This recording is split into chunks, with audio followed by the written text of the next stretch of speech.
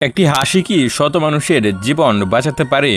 ডন বিচি নামে এই ব্যক্তিকে অস্ট্রেলিয়ার সরকার একটি হাসির জন্য মেডেল অব দ্য অস্ট্রেলিয়ার পুরস্কার দিয়েছে। সিডনি শহরের একটি উঁচু পাহাড়ে ডন বসবাস করতেন। এই পাহাড়টিকে অস্ট্রেলিয়া মানুষজন আত্মহত্যা করার জন্য বেছে নিতেন। সেখানে বেশিরভাগ লোক আসত এবং লাফ দিয়ে আত্মহত্যা করত। ডন তার শেষ জীবনের বেশিরভাগ সময় এ পাহাড়ে কাটায়। যখনই কেউ আত্মহত্যা করতে আসতেন সে তাদেরকে ডাক দিতেন এবং একটি হাসি দিয়ে জিজ্ঞেস করতেন, আমি কি কোনোভাবে আপনাকে সাহায্য করতে পারি?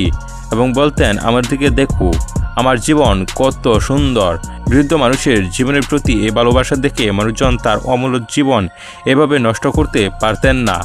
অসংখ্য লোক এভাবে আত্মহত্যার পর থেকে ফিরে এসেছিলেন।